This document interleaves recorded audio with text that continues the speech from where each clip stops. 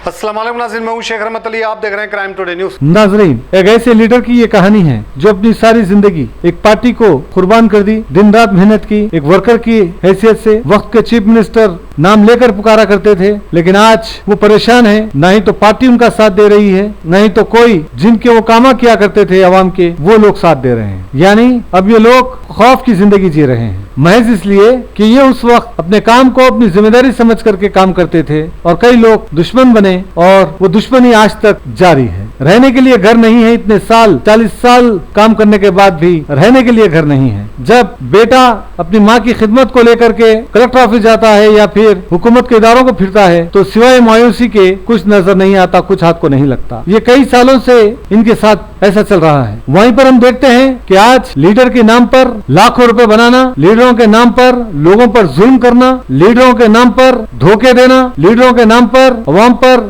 ज्यादा जुल्म करना, उनको परेशान करना, उनके लिए ये नसीहत है। आज आपका वक्त है, आप कर रहे हैं, लेकिन कल नसीम बानो जो 40 साल से एक पार्टी में थी, उसके साथ ऐसा हुआ है तो आप लोग के साथ क्या होगा, क्या अंजाम होगा, कैसा वक्त आएगा, ये सोचना जरूरी है। इसलिए जितना भी वक्त है, हंस बोल करके गरीब अवाम को धोखा नहीं दे करके, उनको परेशान नहीं करके, उनके कामों को अंजाम दे करके, उनके दिलों में जगह बना के काम करें, वरना आपके भी साथ ऐसा ही होगा। और जिसको आप अपने माँ बाप से भी आगे रखते हैं, अपने आगाओं को जिनकी चापलूसी करते हैं, वो लोग आपको ऐसे मोड़ पे छोड़ देंगे, आपके पास पीछे आने का भी रास्ता नहीं होगा। बहरहाल इससे सबक लेने की जरूरत है। आइए सुनते और समझने की कोशिश करते हैं कि ये माँ बेटे किस हालात से गुजर रहे हैं, किस तकलीफ से गुजर रहे हैं और अपनी सारी तकलीफ क्राइम टुडे के जरिए बताई। शेख शफी के साथ में शेख रहमत Ali, crime today news, Hyderabad.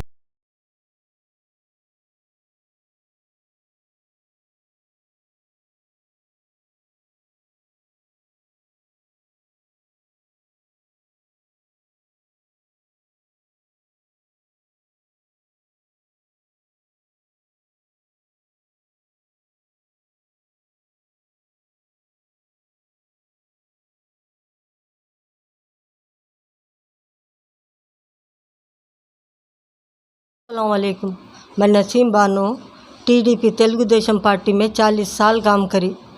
Beginning से लेके यहाँ रहे तक मैं काम करी, पब्लिक की सेवा करी, सच्चे दिल से मैं सियासत में आई। वो सियासतें मेरी पूरी होगी।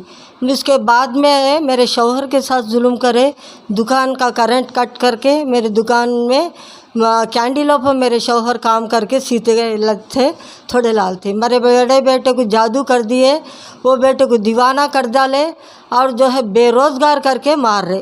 पहले बेरोज़गार कर रहे, उसके ऊपर मारना शुरू कर दे रहे, जाना से ख़त्म करे।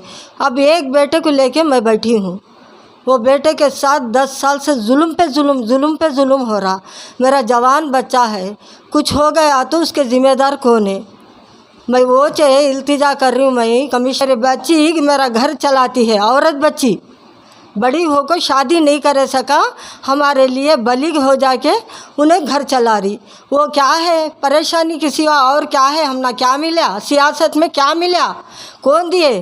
परसों जाके मैं वोज बोली एसपी साहब से, क्या है, मैं कौन हूँ, मैं पहले कौन है मुझे बताओ, उसके बाद में जुल्म करो। मैं एक मामूली सी इंसान, मेरे पीछे हाथ धो के कई को पड़े, मेरे पीछे पड़े, मेरे बच्चों को दुख दे के मेरे को दुख दे रहे और क्या कर रहे?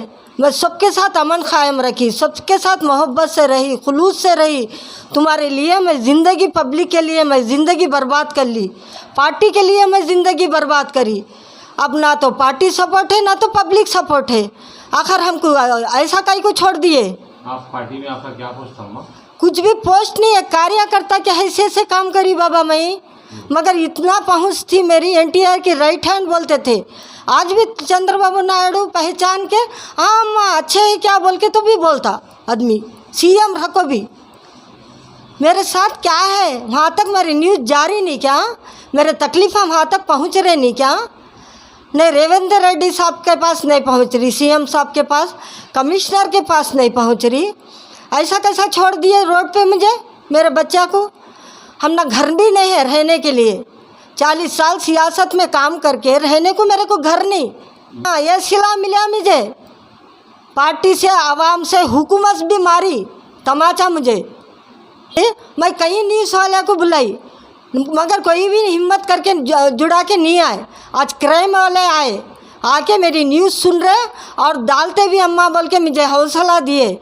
अभी मैं ये दिल से शुक्रिया अदा कर रही हूँ मैं चैनल का।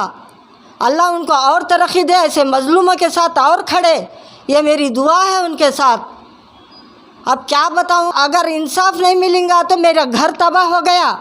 मैं प्रजा दरबार में भी जाके बोली 10 साल केसीआर की हुकूमत में मेरा घर तबाह होगा बोल के। 15 महीने से कांग्रेस हुकूमत में भी मुझे इंसाफ नहीं मिला। कांग्रेस आने के बाद मजलूमा पूरे खुश हो गए, हम ना कुछ मिलता इंसाफ बोल के। 15 महीने से कुछ भी मिले नहीं। रेवंत रेड्डी सीएम साहब अब आगे बढ़ो, सीवी आनंद साहब कमिश्नर साहब हमारी मदद करो। दोनों से मेरी ये रिक्वेस्ट है, मेरी फैमिली ख़त्म हो जाती नहीं तो।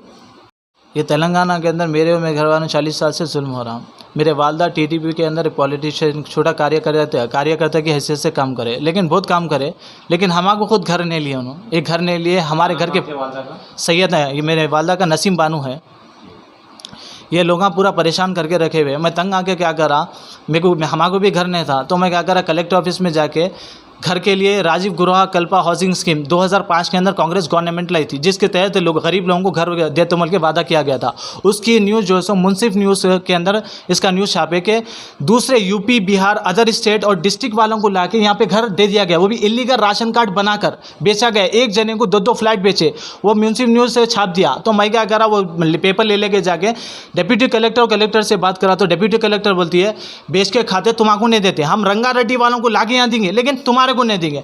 तो मैं क्या करा, मैडम कहीं को नहीं देते हम लोग भी हकदार है ना। 1000 रुपये डिपॉजिट है उसके अंदर, सब गरीबों का पैसा अभी तक डिपॉजिट है गवर्नमेंट के पास, लेकिन उनका घर नहीं दे रहे। इसके ऊपर मैं क्या करा, कलेक्टर ऑफिस में आवाज़ बुलंद करा गरीबों को देख के। मेरी आवाज़ पे पूरी आवाम जो है बुलंद करके कलेक्टर ऑफिस के अंदर घुस गई और डीसीपी से इसका परमिशन लेके मैं क्या करा, इंदिरा पार्क के पास धरना करा कुछ लोगों को ले लेके वहाँ पे। उसके बाद देखा तो क्या है, पुलिस वाला एबिट्स का पुलिस वाला बोलता मेरे को रॉडी शीटर केस बुक करता हूँ, इनकाउंटर में मारता हूँ, तेरा फ्यूचर बर्बाद कर देता हूँ, यहाँ छोड़ के चले जाओ बोल के परेशान कर दिए। मेरे को जीप कलेक्टर ऑफिस में घसीट के ले लेके आके जीप में बिठा दिया और बोले डराए मेरे को नहीं रहना यहाँ पे, दिखना भी नहीं तू। बोले तो बोला ठीक है साहब बोल के। उन लोगों टैग हटा लिए थे, ये नाम तक हटा लेके गला पकड़ के खींचे उन लोगों, जब नाम नहीं दिखना बोल के। नाम पढ़ लिए तो फिर पूरी पब्लिक में आ जाता ना, इसलिए वर्दी है पूरी लेकिन नाम हटा लिए उन लोग। लेकिन एबिट्स के BS एबिट्स के पुलिस वाले हैं ये लोग, उन लोग खुद ये जो सो 2017 की है शायद, मेरे लगभग 2017 की है। 2005 में कांग्रेस गवर्नमेंट लाई थी ये स्कीम, सबको मालूम है। कई गरीबों के पैसे 5000 एप्लीकेशन पेंडिंग है गवर्नमेंट के पास, 5000 एप्लीकेशन, उसके पेपर भी है मेरे पास।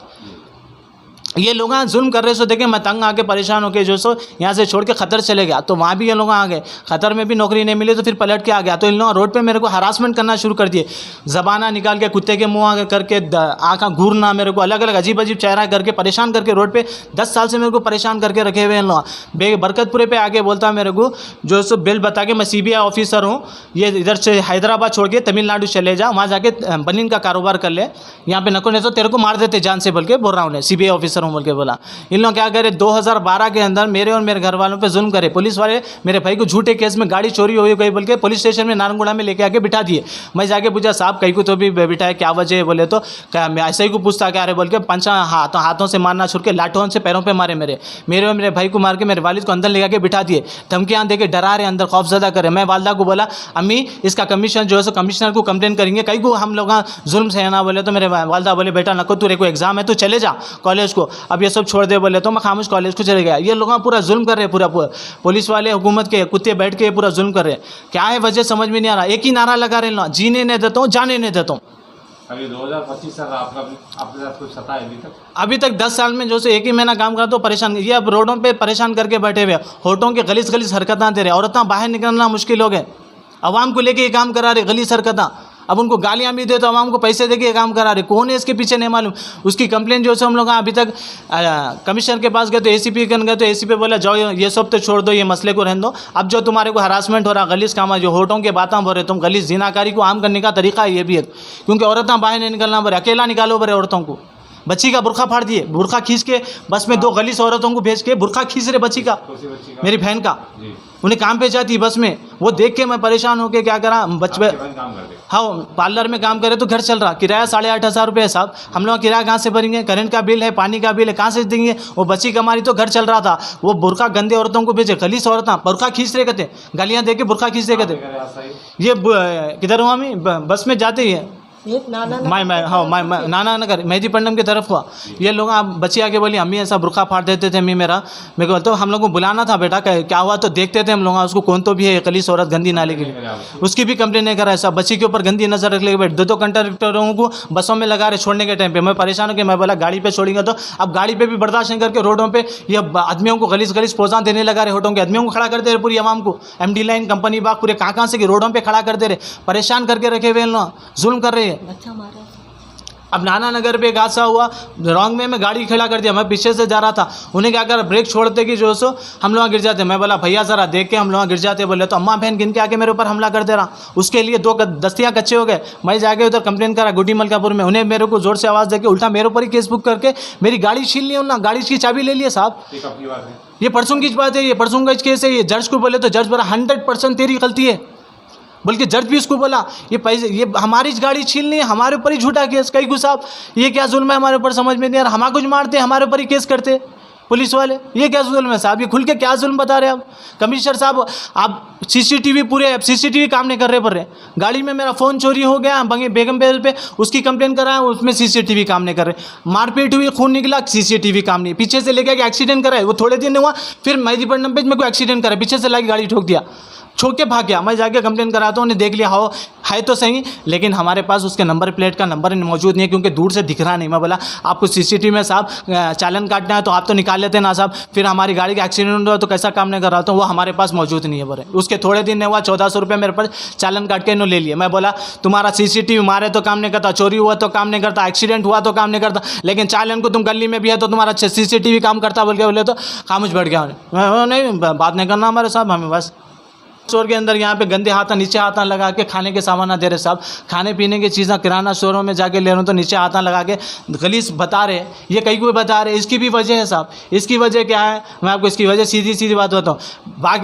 बिग बास्केट है बेगम सनत नगर में, बाल नगर में इंडस्ट्री है बिग बास्केट बोल के, उधर मैं नौकरी के लिए गया था इंटरव्यू के लिए, तो आते खुद मेरे को नीचे लिफ्ट पूछ के मेरे को नीचे हाथ लगा रहा गलीस, मैं हाथ पकड़ लिया उसका बदबख्त का, वो उन्हें हाथ लगा के फिर बाद में जाते खुद बोल रहा नौकरी मिल जाती घर में बैठ जाते कहते। वो जो सो वो बात कहाँ बाहर देता कि बोल के क्या करें ना, दुकानों में जाके नीचे हाथ लगा के खाने पीने की चीज़ें दी। सैयद नज़ीर है, मैं मैकेनिकल इंजीनियरिंग पढ़ के हूँ, BTech करके हूँ,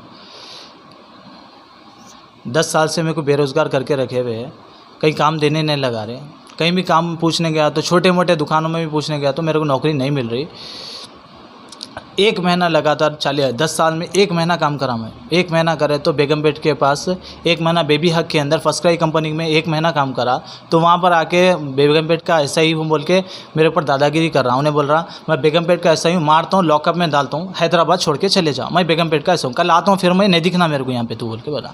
उसकी कंप्लेन हम लोग जो सो बेगमपेट PS के अंदर कराए, लेकिन उधर जो सो मेरे को काम नहीं बना, इंसाफ नहीं हुआ, तो मैं क्या करा महमूद अली साहब के पास, होम मिनिस्टर के पास गया ताकि मेरे को इंसाफ मिलना बोल के।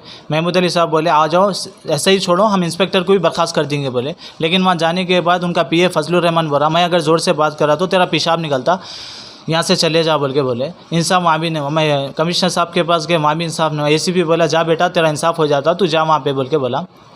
वहाँ जाने का इंस्पेक्टर बोला यहाँ नहीं कुछ भी नहीं होता, चले जा घर को, यहाँ पे कुछ भी नहीं होता, तू सही बात नहीं करूँगा कस्टमर से बोल के मेरे को भेज दिए।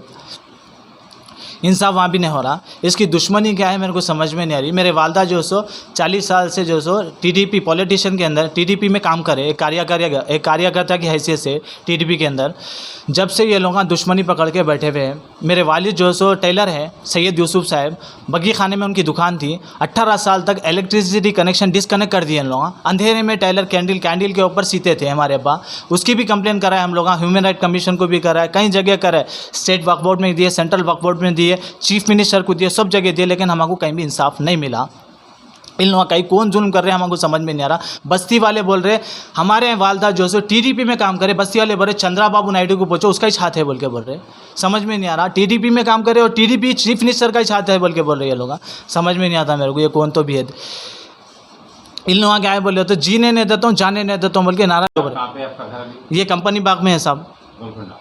हाँ, कंपनी बाग के अंदर है। इससे पहले कहाँ रहते थे? इससे पहले हम लोग हिमायत नगर में रहते थे। हिमायत नगर में बड़े हुए महीज थे हम लोग हिमायत नगर में। अब यहाँ पे आप कंपनी बाग में है तो यहाँ भी जुल्म हो रहा है। यहाँ भी जुल्म हो रहा साहब, परेशान करके रखे हुए। यहाँ पे मैं दुकान में जाके बोला भाई ऐसा नहीं करना, नीचे हाथ लगा के मत दियो बोले तो उन्हें क्या करा मेरे कमिश्नर साहब।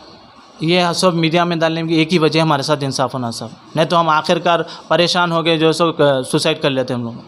आपको इसके ऊपर स्ट्रिक्ट एक्शन लियो, कौन है इसके पीछे, ये कौन करा रहा हमारे साथ। हमारे को जीने नहीं देता हूँ, जाने नहीं देता, तो एक नारा के साथ इन लोगों का ज़िंदगी गुजारे। आवाम को ये बोले जीने नहीं देते, जाने नहीं देते। आप इसकी एक्शन लो। चीफ मिनिस्टर साहब आप रेवेंद्र ली, हम समझे थे कांग्रेस आने के बाद जुल्म नहीं होता, लेकिन बराबर ये जुल्म खाए में। हम लोग वहाँ पे भी आए थे, वहाँ पे भी आके दिए एप्लीकेशन, लेकिन अब तक ये बात नहीं पहुँची शायद। क्या तो भी है वो प्रजावाणी जो है दरबार में भी आके दिए थे सब, हम लोग वहाँ भी कंप्लेन दिए, लेकिन अब हमारे पास अभी तक इंक्वायरी भी नहीं हुई, एक्शन भी नहीं लिया। आनंद साहब हमारे को इंसाफ दिया।